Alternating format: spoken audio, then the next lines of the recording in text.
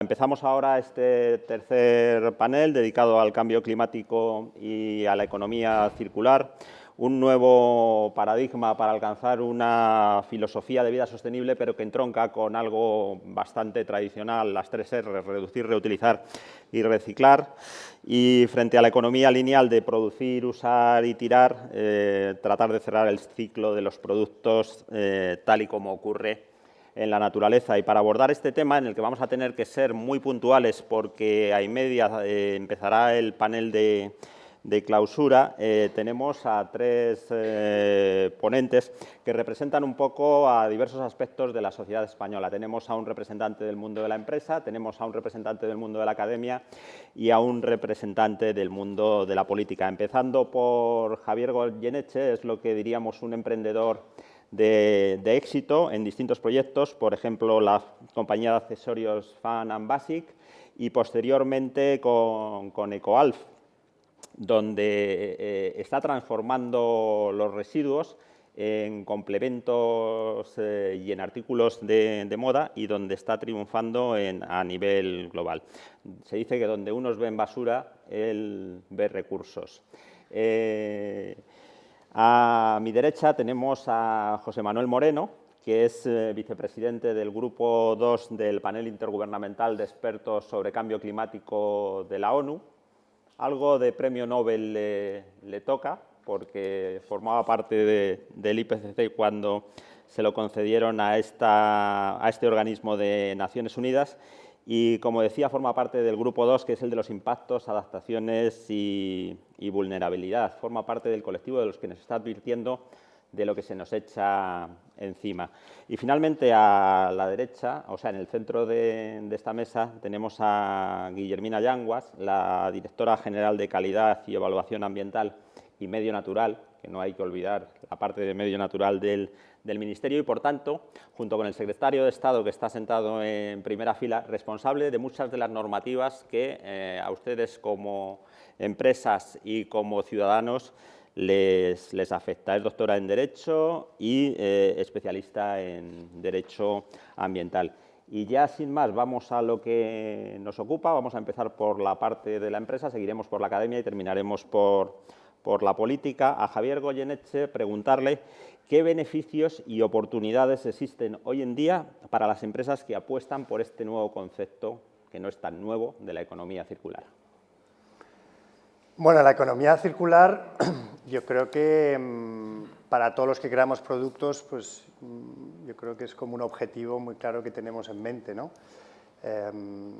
Lo que pasa es que la economía circular y cerrar el círculo como tal, bueno, tiene sus complejidades. O sea, nosotros, por ejemplo, desde EcoAlf sí que es verdad que lo que hacemos es coger basura y esa basura la volvemos a convertir en materiales, ¿no? En tejidos o en forros o lo que sea, con la misma calidad y las mismas propiedades técnicas. Ahora es así, una vez que uno hace esos tejidos y hace una prenda, si quieres cerrar el círculo, pues te encuentras con varios problemas. Es decir, al final, primero, bueno, yo creo que el primer tema es el diseño, ¿no? Si quieres crear un producto que realmente cumpla la economía circular, ya desde el origen, desde el diseño, tiene que estar planteado para que cumpla esos requisitos.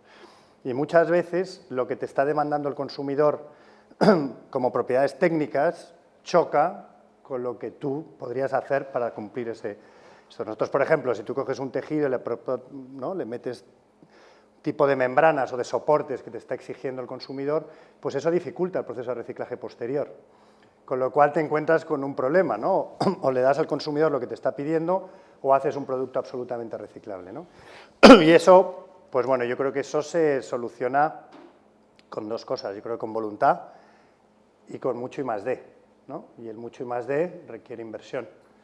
Y ese es, yo creo que el principal, bueno, yo creo que el principal aspecto para conseguirlo. ¿Ventajas para las compañías que lo hagan? Pues múltiples, ¿no? Porque yo creo que, primero, la diferenciación, porque yo creo que existen muy pocas compañías que cumplen lo que es ¿no? la economía circular de una forma real. Y segundo, que yo creo que cada vez existen, yo creo que, ¿no? un consumidor que está buscando compañías, ¿no? que representen unos valores con los cuales ellos se sientan identificados, ¿no? Y, lógicamente, pues la economía circular es un valor que el consumidor aprecia altamente. El consumidor empieza a tomar constancia de estos temas. Luego preguntaremos si los votantes también empiezan a tomar constancia y tienen en cuenta las medidas ambientales. Pero de momento vamos a la parte científica, que nos lleva alertando durante muchos años de lo que se nos viene encima. Antes hablábamos del último informe del IPCC. ¿Cómo se puede contribuir con esta nueva economía a la lucha contra el cambio climático? Sobre todo ahora que estamos en un momento en el que los líderes del mundo se van a reunir en Lima y van a tratar de allanar el camino hacia París. Bueno, una economía circular, una economía verde, es una economía que, entre otras cosas, tiene que ser baja en emisiones y tiene que reducir impactos.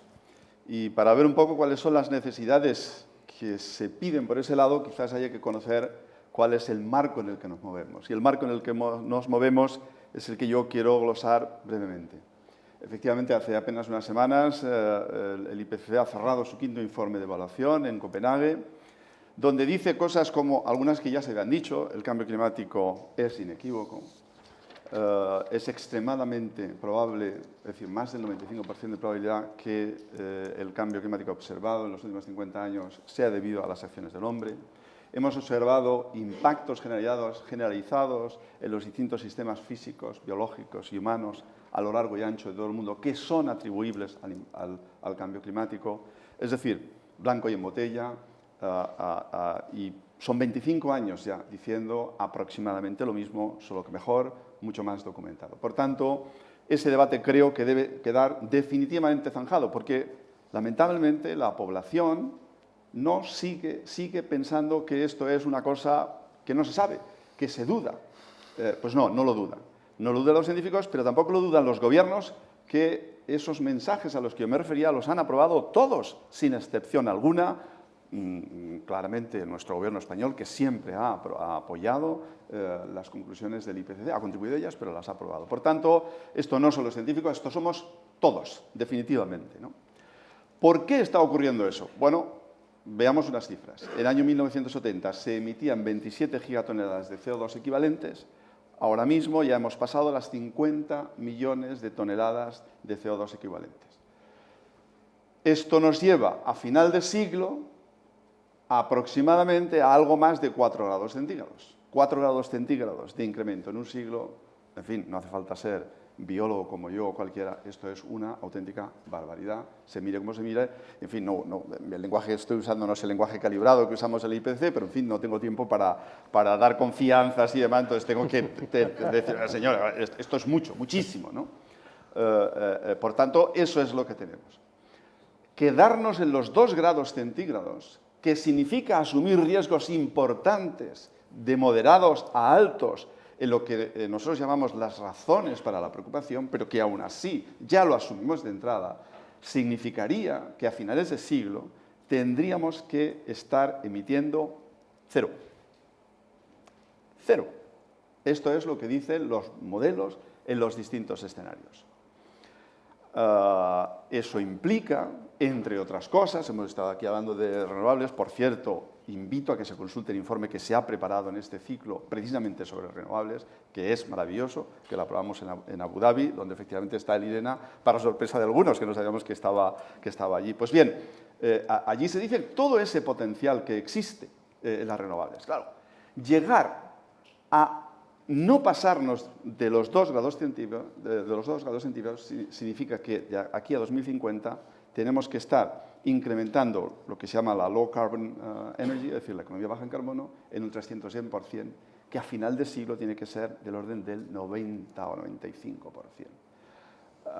Bueno, no sé si la economía circular o verde se está dando cuenta de lo que estamos hablando. O sea, realmente, y además en un contexto donde mayores impactos significan menores disponibilidades de recursos, agotamiento de algunos de los recursos. Por tanto, la tarea que tenemos ante sí es verdaderamente ingente.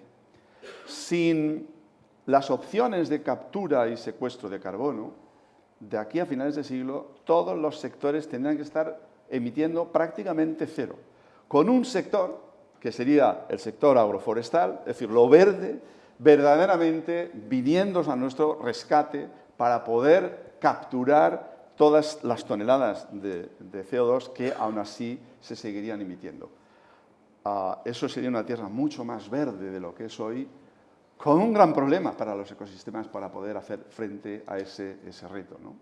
Por tanto, la pregunta o la respuesta fácil sería, frente a qué papel puede tener una economía más verde, una economía circular, una economía, digamos, baja en carbono, etc. Bueno, es que no hay opción. Desde el punto de vista científico no existe opción alguna, salvo que queramos asumir esos riesgos de los cuales el IPCC alerta claramente, y eso ya no es un problema científico, eso es un problema de quienes tomamos las decisiones de exactamente qué es lo que queremos asumir para nosotros y pasar a nuestros hijos. Yo pensaba que a los periodistas ambientales nos acusaban de catastrofistas, pero nos quedamos cortos con lo que nos alertan los científicos. En realidad nosotros... Permíteme, lo he dejado claro. Los mensajes que yo doy los han aprobado todos y cada uno de los gobiernos del mundo, sin excepción. Totalmente de acuerdo. De hecho, nosotros somos transmisores de esa información. En cualquier caso, todos los periodismos son catastrofistas. Sí que son 25 años de alerta. Yo creo que el mensaje ha calado y una buena muestra de ello es que hoy estemos todos aquí reunidos. Hace 25 años era una rareza encontrar a empresarios, a políticos, a la comunidad científica, a la sociedad civil debatiendo sobre este tema. Y ahora la pelota está sobre la mesa de los políticos. ¿Cómo se va a avanzar desde la Administración para, primero, tratar de alcanzar estos objetivos y aplicar estas medidas que nos demanda la ciencia? ¿Y cómo se va a incentivar el implantar una economía circular, volver un poco a esos valores tradicionales? Bueno, con todos los instrumentos que tenemos en nuestras manos. La economía circular supone un cambio clarísimo de paradigma en la concepción, ese concepto de economía lineal en donde obteníamos recursos, los utilizábamos y los tirábamos, está claramente superado. Tenemos que poner todos nuestros empeños en avanzar hacia esa economía. ¿Y cómo podemos nosotros? Bueno, la Unión Europea claramente marcándonos el camino. Hace unos meses el secretario de Estado y yo acompañamos a la ministra y ahí todos los ministros de Medio Ambiente tuvieron la ocasión de pronunciarse sobre que la economía circular no tiene marcha atrás y tienen que avanzar en ese sentido, con lo cual la Unión Europea cumple su cometido marcándonos el camino. Nosotros, desde la Administración General del Estado, ¿qué podemos hacer? Podemos y estamos legislando, apoyando esa economía circular y tenemos un ejemplo muy claro con el Real Decreto de Residuos de Aparatos Eléctricos y Electrónicos, donde incluimos medidas que van en esa línea. Planificando, el plan de gestión de residuos que estamos elaborando en el Ministerio también incide en ese camino de avanzar hacia políticas que vayan en línea de esa economía circular y luego incentivando los acuerdos voluntarios. Eso es un camino en el que tenemos que avanzar con empresas, por ejemplo, del sector textil. Hasta ahora solamente hemos podido firmar un acuerdo con una empresa extranjera, pero tenemos caminos para avanzar y lanzo el guante al representante del sector empresarial porque creo que ahí, y un foro como este es un sitio adecuado para plantear este tipo de cuestiones, tenemos mucho que hacer, administración y empresas. Tenemos que ver hasta dónde pueden llegar las empresas y cómo podemos ayudarles nosotros, la administración, no por la vía de la imposición, pero sí por la vía de la colaboración a la que se refería el secretario. Yo creo que ese tipo de acuerdos tienen que poner de manifiesto que es rentable invertir en medio ambiente, si no, no es sostenible, no se puede seguir avanzando. La empresa de Javier tendrá éxito si su ropa es bonita, si a los clientes nos gusta ese tipo de ropa y si además sirve para reciclar, pero tiene que ser una empresa que sea interesante desde el punto de vista del consumidor porque sea ambientalmente sostenible, pero también porque sea económicamente y estéticamente interesante.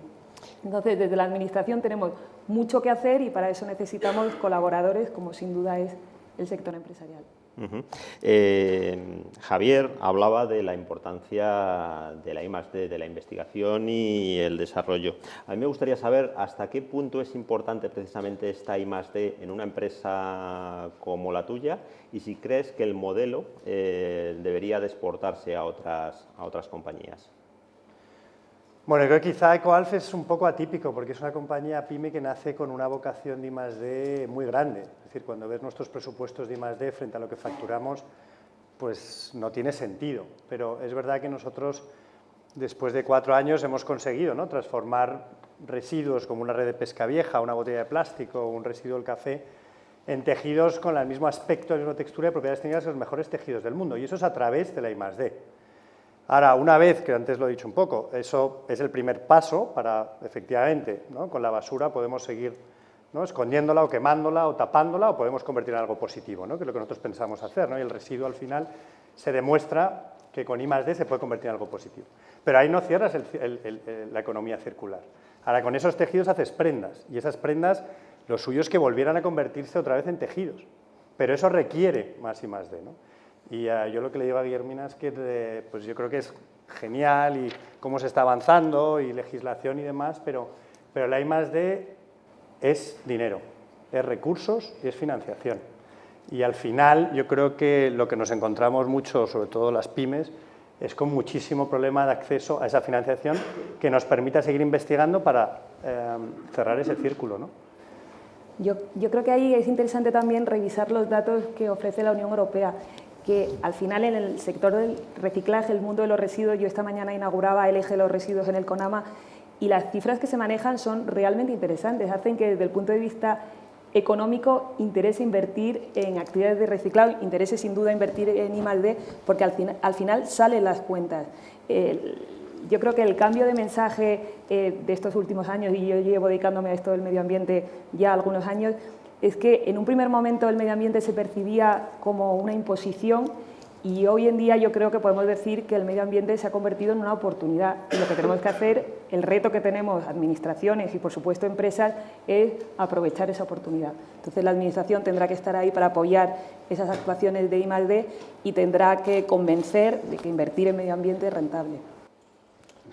Sí, José Manuel. Sí, ahí y yo cojo lo que ellos dicen y lo llevo a los que al final conformáis la opinión pública, porque verdaderamente el papel de quienes informáis, quienes empaquetáis lo que se sabe, lo que se conoce, es fundamental. Si la opinión pública no se siente concernida, difícilmente esta señora, el señor secretario de Estado, la ministra van a poder tomar medidas. Entonces creo que aquí la necesidad de operar siempre, primero con la buena ciencia, es decir, hay que tomar decisiones informadas con la mejor ciencia del momento, transparente, rigurosa y a poder ser o haciendo todo lo posible para que todos los actores no contaminen el proceso de esa toma de decisión, porque si no, no nos lo creemos. Entonces, el generar mecanismos que pongan a disposición de quien toma las decisiones qué es lo que se sabe, desprovisto de los intereses que todos legítimamente tenemos, desde que cada uno tiene una visión del mundo, o que tiene un interés específico, en fin, del tipo que sea, o que tiene una religión, o que tiene, en fin, el mundo es muy complicado. Entonces, como es muy complicado, hay que declarar todo, ponerlo encima de la mesa y vosotros poderlo transferir para que la opinión pública lo sepa, porque verdaderamente yo a veces, claro, después de un cierto tiempo dedicado a la ciencia, ves cómo muchas de las cosas que algunos hemos dejado, que la ciencia ha dejado atrás hace ya muchísimo tiempo, sin embargo no permea. O sea, no hay ninguna manera. Y todavía no son pocos los debates, y ahora voy un poco a mi tema, no son pocos los debates a donde voy y me dicen, bueno, te invitamos a ti que tomas la posición A y vamos a invitar al de la posición B. No, no existe posición B, científicamente hablando. Entonces dejemos ya de operar con algo, porque entonces, claro, le llevas al que te está oyendo, que no tiene esa información suficiente, a pensar que existe opinión B. No Eso hay es, opinión B. José Entonces, Manuel, lo que llamamos los periodistas la falsa simetría. Es decir, no puede ser lo mismo la opinión del conjunto de expertos del IPCC que la de cualquier climaescéptico o negacionista. Pero nosotros entendemos ese planteamiento. Es decir, si nosotros damos el mismo espacio, la misma voz, el mismo peso a un organismo de Naciones Unidas con un montón de expertos detrás, con estudios que llevan mucho tiempo, muchas investigaciones y un proceso científico detrás, al de cualquier climaescéptico, pues la verdad es que estamos haciendo un flaco favor a la sociedad. Pero yo voy más allá. Ni siquiera cuando me invitas a mí personalmente, porque yo tengo mis intereses. Todos tenemos intereses. Entonces, o sea, el problema aquí va más allá, porque en el campo del medio ambiente, si no, este señor no puede crear sus prendas. Si la gente se siente motivada y dice, yo cuando compro una prenda que efectivamente resulta que tiene una serie de beneficios ambientales y demás, esa es su seña de identidad, va diciéndole al mundo, yo estoy contribuyendo a eso. Pero para eso, antes la gente tiene que haber llegado a entender que eso es importante. Si no, ese señor no tiene negocio, esta señora no toma decisiones y los demás no operamos. Y esta Por es tanto, una pregunta. y acabo. No se trata de que preguntes a una persona, sino que nosotros, y aquí las autoridades también sí tienen responsabilidad, es que tenemos que generar mecanismos donde se destile la información de manera, digamos, no sesgada. Que se ponga encima de la mesa lo que sabemos, con las incertidumbres que tiene, con las que no tiene, para poder tomar la mejor decisión. Cualquiera de nosotros, cualquiera, tiene intereses, lo declare o no lo declare. Legítimos todos. Entonces, no hay que entrar en ese maniqueísmo, hay que buscar formas de que efectivamente nos creamos lo que nos decimos a nosotros mismos para que estos señores, cuando toman una decisión, claro, no les llame la atención. Claro, usted se ha ido por este o por el otro. Arturo, te vas tú con deberes de esta... No, coincidimos. Bueno, yo estoy intentando... Coincidimos en muchos aspectos. De hecho, muchos de nosotros, los que nos toca transmitir lo que vosotros decís, porque vosotros al fin y al cabo sois fuentes de información, decimos que la objetividad no existe. Existe la honestidad profesional, pero todos tenemos condicionantes, ya sean políticos, económicos, religiosos, ambientales, de todo tipo. Entonces, lo que sí podemos hacer es hacer un periodismo honesto, intentando dar voz a todos los sectores y que finalmente sea la sociedad la que se forme una opinión. Dicho lo cual, como los protagonistas no somos los comunicadores, aunque al final acabamos siendo los culpables de todo, yo sí que os lanzo una pregunta abierta. En cualquier caso, estamos muchísimo mejor que hace 25 años, ¿no? ¿O no tenéis esa sensación? ¿Creéis que estamos peor? Para mí, el hecho de que pues en los programas electorales de los partidos se incluya el tema ambiental, que las empresas apuesten por una economía sostenible y que vean en los residuos un recurso más que un residuo, que la comunidad científica esté ahí reivindicando que se transmita a la sociedad lo que ellos están haciendo. ¿No tenéis la sensación de que hemos avanzado? O... Yo sin duda sí, y comienzo con lo que señalaba antes. Creo que el cambio de la percepción de las políticas ambientales es radical y ha sido radical en estos años, y el percibir el medio ambiente como una oportunidad es una buena prueba de que estamos mejor. Yo creo que hemos pasado, y hay muchos ejemplos que lo acreditan, por ejemplo, de tener muchísimas normas ambientales muy farragosas a una legislación que trata de ser más simple y más clara, y llegaremos a un equilibrio para que la protección ambiental esté ajustada a las necesidades reales. Yo creo que, sin duda, podemos terminar con un mensaje optimista de que estamos mejor que hace 25 años, pero no nos debe servir para relajarnos. Tenemos que seguir trabajando para que 25 años después nuestros hijos estén todavía mejor de lo que estamos ahora. ¿Alguno de vosotros, por favor, José Manuel? Sí. Javier, no quiero... Sin duda, sin duda, sin duda. Pero no tenemos 25 años, tenemos 20.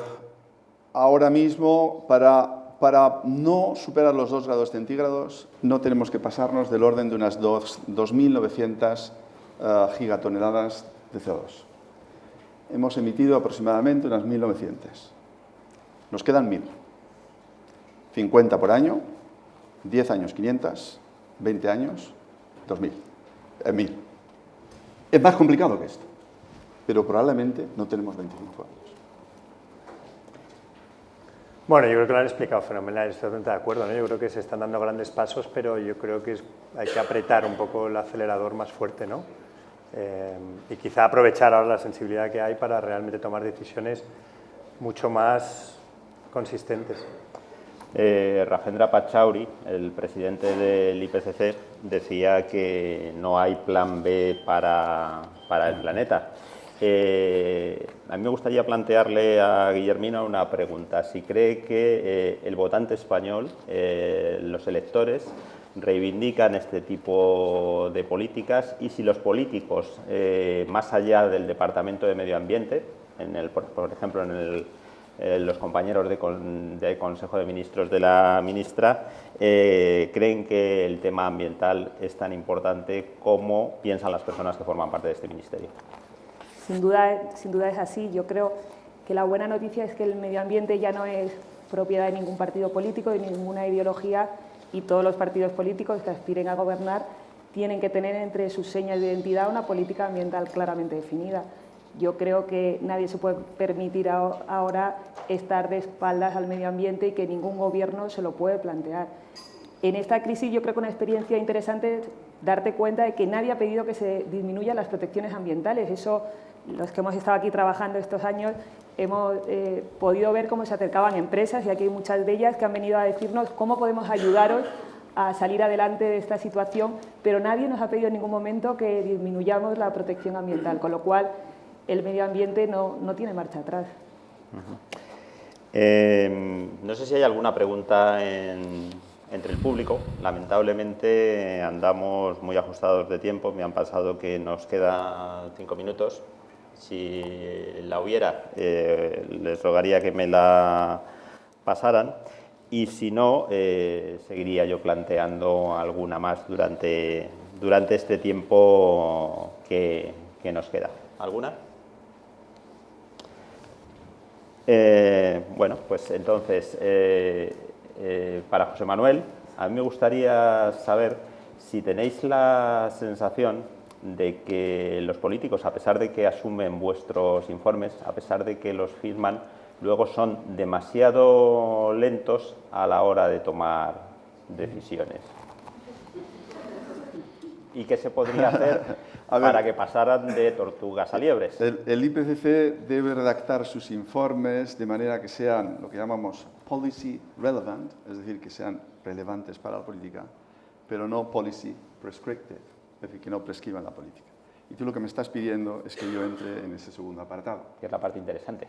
Claro, eso yo se lo dejo a los demás. Lo único que decir, creo que no lo debe hacer. Como ciudadano lo puede hacer, pero mi opinión como ciudadano no es importante. Quizás lo que es importante es precisamente señalar esto, es decir, que hay organismos que tienen en cuenta esto, es decir, intenta ser policy relevant, pero no policy prescriptive. La prescripción les corresponde a los gobiernos. Lo que nosotros hacemos es hacer simulaciones de opciones que existen. Y, a ver, las opciones son siempre muy complicadas, no hay una única opción, y eso también lo decimos, porque ese es el objeto de lo que van a hacer la semana que viene en Lima y después en París. Espero que llegando a la conclusión de lo que los gobiernos han acordado ya, es no pasarnos de 2 grados, pero eso les corresponde a ellos, porque realmente la complejidad del mundo, las responsabilidades tan diferenciadas que existen, bueno, eso no es un tema científico, es un tema social, es un tema de cómo nosotros, si queremos, alguien lo mencionaba antes, si nosotros pensamos que tenemos más responsabilidad y queremos adelantarnos y decirnos, oye, nosotros lo hacemos porque sí, porque somos solidarios, o no queremos hacerlo. Eso son los gobiernos quienes lo hacen, responden ante el sentimiento de sus colectivos. Lo que necesitan es, sí, la información válida, veraz, digamos, lo más limpia posible hasta donde se pueda, para que en esa transacción, pues, digamos, sea fea. Y para Guillermina, simplemente una pregunta más. ¿Cómo vais a apoyar al mundo de la empresa para que haya más ejemplos como el de Coalf? Desde el Ministerio, garantizando un elemento muy importante, y también por mi formación profesional prestamos mucha atención a este tema, garantizando la seguridad jurídica, siendo un ministerio abierto para las empresas, que sepan que pueden venir aquí siempre que quieran avanzar en la protección del medio ambiente, incentivando los acuerdos voluntarios y, en definitiva, estableciendo políticas que sean compatibles con un desarrollo económico sostenible. Parecen palabras huecas, pero detrás de ese tipo de afirmaciones hay un convencimiento de todos los que estamos trabajando aquí, que en iniciativas como esta, que en las empresas tenemos aliados para conseguir ese medio ambiente mejor, que es el que justifica que estemos aquí hoy y que sigamos trabajando cada día. Hay 3 preguntas, una sobre I+D+I, otra sobre la sensibilización de la sociedad española, si estamos al nivel del alemán, de los alemanes o los ingleses. No va a haber tiempo para las 3, me voy a quedar con la última, dado que esta es la primera reunión del Foro Verde Español. ¿Cómo apoyará este grupo de crecimiento verde la incorporación de nuevas pymes? Un poco en la línea de lo que estabas comentando. Yo creo que la filosofía de este grupo es ser un grupo abierto, dinámico, y que todo aquel que quiera incorporarse y que quiera sumar, pues se vaya incorporando y que vaya aportando ideas. Es una forma distinta de entender la administración, y el formato que tenemos hoy, como decía antes el secretario, es un buen ejemplo de que se trata de avanzar y de que las pymes puedan participar en este tipo de iniciativas. Muy bien, lamentablemente no tenemos tiempo para más. Darían los 3 enfoques para jornadas específicas y probablemente sea un buen punto de partida para alguna de las siguientes reuniones que sean temáticas sobre la ciencia, sobre la empresa o sobre la política. Simplemente les voy a dejar con una frase. La frase viene a decir algo así, que lo que cuenta en la vida no es el mero hecho de haber vivido, son los cambios que hemos provocado en la vida de los demás lo que determina el significado de la nuestra. La frase es de Nelson Mandela y yo creo que es una buena idea para quedarnos con ella reflexionando. Muchas gracias a los 3 ponentes y enhorabuena al Grupo Español para el Crecimiento Verde.